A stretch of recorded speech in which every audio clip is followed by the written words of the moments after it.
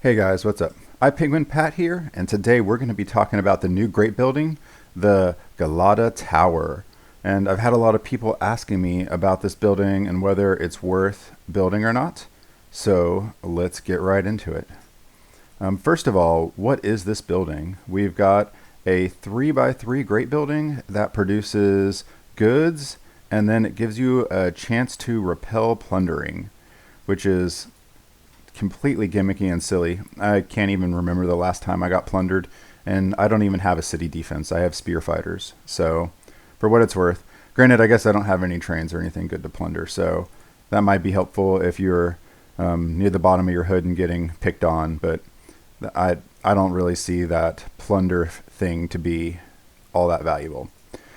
However, what I do think is at least worth talking about is the goods, because this can make wonderful unrefined goods as you age up. And as we all know, Battlegrounds and GVG both require extensive amounts of goods. Now, generally speaking, I don't have a whole lot of buildings in my city that aren't either barracks or attack buildings. My motto is if it doesn't have attack, send it back. But this is one of those few cases where I'm actually relatively open to having this building in my city because it's just so small. With a 3x3 footprint that's only 9 squares, you really can produce quite a bit of unrefined goods. And, I don't really see it as valuable before you start getting into that refined goods, unrefined goods cutover. Because in early ages, goods buildings are just so cheap and they're so small, you can just put them everywhere. But it starts to become more of a hassle to keep up with those unrefined goods, especially once you start getting into contemporary. That means that you're getting progressive unrefined goods, which, depending on the makeup of your guild, can be extremely valuable. So let's look at what kind of production we're getting out of this thing. At level 60, you're looking at 62 goods. So if it's unrefined, double that, you're looking at about 120 goods. And then you take it all the way up to 70, you're looking at about 140 goods. And that's in only 9 squares. So that's better than 10 goods per square, which is pretty solid. Now, keep in mind that you're going to be comparing this up with the other buildings that give these unrefined goods. So we'll be looking at things like a Babel, which would be kind of the next range. And that you're looking at getting 65 at level 60, so that's 130. And then at level 70, you're at about 150. But keep in mind that this building is 16 squares, so it is almost twice as big. It's not quite twice as big, but it's almost twice as big. So the amount of goods per square that you're getting, even though you're getting less total from the Galata Tower, the goods per square is still significantly better from the Galata Tower.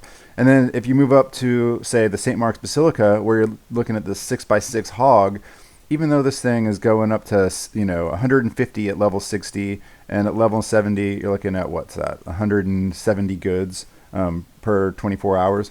But this thing is 4 times the size of the Galata Tower.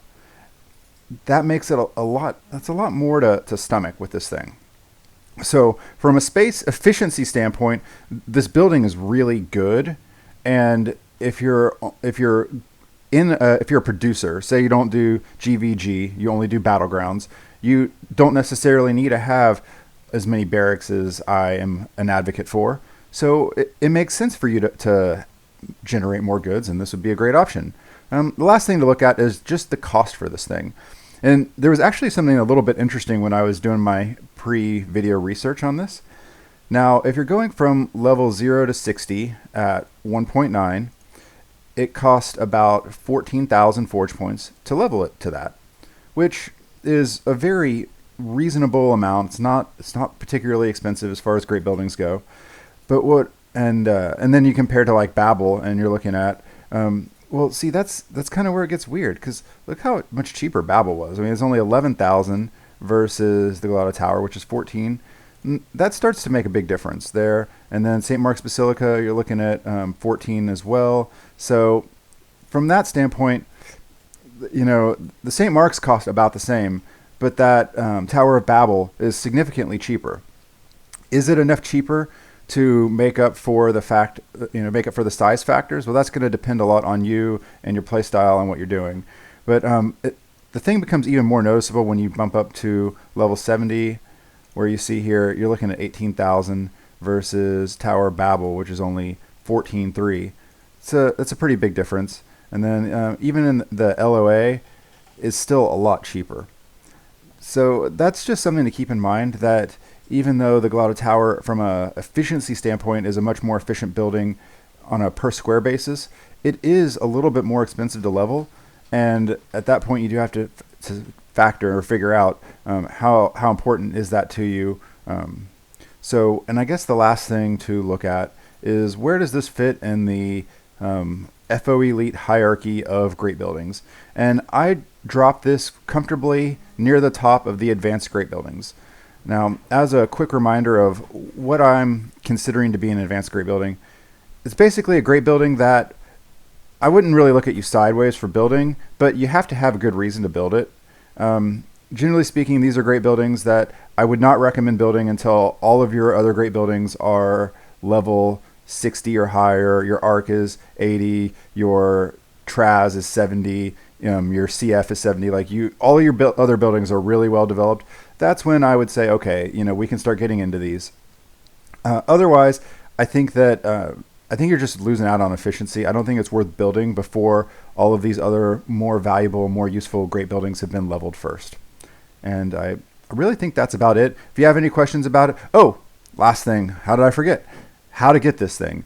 So the rumor was that you could get the quest line by being plundered, and we actually had somebody in our SAB neighborhood message our entire neighborhood and say, attack me and plunder me so I get this quest line. So he got attacked and plundered by probably 60 or 70 people, which is just horrible for him. But he was smart. He was running 5-minute productions and made it so that it was just really easy to, no loss for him, no big deal. And he never got the quest line. So it turns out that the quest line only comes up if you're in a lower age. I don't know how much lower age, but I just know that it has to be lower age. And that's the only way you get the quest line. Alternatively, once somebody has it, you can just get the blueprints off of them, which is how pretty much everybody's going to get this thing. So I guess that's really all there is to say about this thing. If you have any questions, please leave them in the comments below. Let me know, do you like it? Do you think it's good? Do you think it's bad? Are you going to build it? Are you going to level it? And I'll catch you guys in the next video.